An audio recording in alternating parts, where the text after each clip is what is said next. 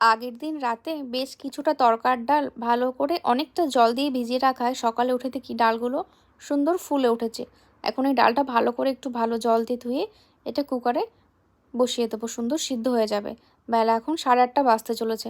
বাইরের ওয়েদারটা এত সুন্দর, হালকা হালকা মেঘ করেছে আর হালকা রোদ উঠেছে। দারুণ লাগছে কিন্তু ওয়েদারটা, না ঠান্ডা না গরম। আমাদের দেশে দুর্গাপুজোর টাইমে এরকম ওয়েদার দিয়ে থাকে। আশ্বিন মাসে এরকম পুজোর টাইমে ওয়েদার খুব সুন্দর লাগে।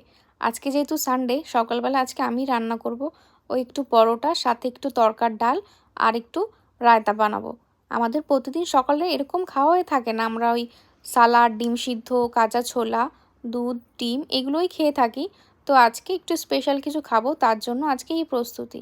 এর জন্য ময়দাটা ভালো করে সুন্দর করে ফুটবলের মতো মাখিয়ে নিয়েছি আমি। আর এখানে আলুগুলো সুন্দর করে ছোট ছোট করে কেটে ধুয়ে নিয়েছি, সুন্দর করে ভেজে নেব। আর এদিকে আমার ডালটাও প্রায় সিদ্ধ হয়ে গেছে। এখন শুধু মশলা করে রান্না করলেই হয়ে যাবে। কাঁচা মশলার জন্য নিয়েছি পেঁয়াজ, কাঁচা লঙ্কা, আদা, রসুন এগুলো। আর শুকনো মশলার জন্য নিয়েছি জিরে, ধনিয়া, এলাইচি, একটু দারচিনি। এগুলো সুন্দর করে মিক্স করে নিতে হবে। ডালটাও সুন্দর সিদ্ধ হয়ে গেছে। আলুটা সুন্দর করে ভেজে এই গরম তেলের মধ্যে একটুখানি পেঁয়াজগুলো সুন্দর করে একটু ভেজে নিতে হবে, যাতে স্মেলটা খুব সুন্দর হয়। আর এদিকে মশলাটাও করা হয়ে গেছে, আলু ভাজাও হয়ে গেছে। পেঁয়াজটা ভাজা হয়ে গেলে এর মধ্যে ওই মশলা করে রেখেছিলাম ওটা দিয়ে দেব। ওটা দেওয়ার পরে একটু তেলটা ছেড়ে গেলেই এই ডালগুলো মিক্স করে দিতে হবে। প্রথমে ভেবেছিলাম ডালটা হয়তো সিদ্ধ হবে না, তারপরে দেখি না, 3-4টে সিটি মারার পরে সুন্দর গলে গেছে ডালগুলো। হালকা লবণ হলুদ দিয়ে নিয়েছি এর মধ্যে। এখন হালকা একটু তেল ছেড়ে দিলেই তারপরে এর মধ্যে ওই সিদ্ধ করা ডালটা আর আলুটা দিয়ে ভালো করে মিশিয়ে নেব। মুগ ডাল এমনি খোসা ছাড়া যেগুলো থাকে সেগুলো মোটামুটি ভালোই লাগে খেতে, কিন্তু খোসাওয়ালা যে মুগ ডালগুলো আছে এটা না তড়কা মশলার মধ্যে একটু বেশিই থাকে। এই তড়কার মধ্যে মুগওয়ালা, খোসাওয়ালা যে মুগটা আছে ওটা থাকায় তড়কার টেস্টটা আলাদাই হয়ে যায়। পুরো ডালটা দিয়ে তড়কা করব না, কিছুটা পরিমাণে ডাল হালকা গরম মশলা দিয়ে নামিয়ে নিয়েছি, আর কিছুটা দিয়ে তড়কা করব।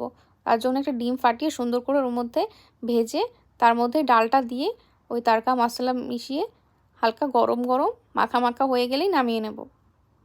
আর লাস্টে করেছিলাম পরোটা। পরোটাগুলো ঠিকঠাক গোল হয়নি, কিন্তু ঠিক লম্বাও কিন্তু হয়নি, মোটামুটি হয়ে গেছে 1 প্লেট। এখন শুধু রায়তাটা তৈরি করলেই হয়ে যাবে। টক দইয়ের সাথে হালকা একটু ব্ল্যাক পেপার, একটু পরিমাণে বিট লবণ, একটুখানি পেঁয়াজ কুচিয়ে দিয়ে দেবো এর মধ্যে, আর একটু ভালো করে জল দিয়ে ফাটিয়ে নিতে হবে। আর লাস্টে দিয়ে দেবো এই ভুজিয়াটা, যেটা একটু হালকা মুচমুচে, এর মধ্যে সুন্দর ভিজিয়ে রাখলে দারুণ লাগে খেতে। এটা দেওয়ার পর একটু চাট মশলা দিয়ে মিক্স করে নিলেই হয়ে যাবে আমাদের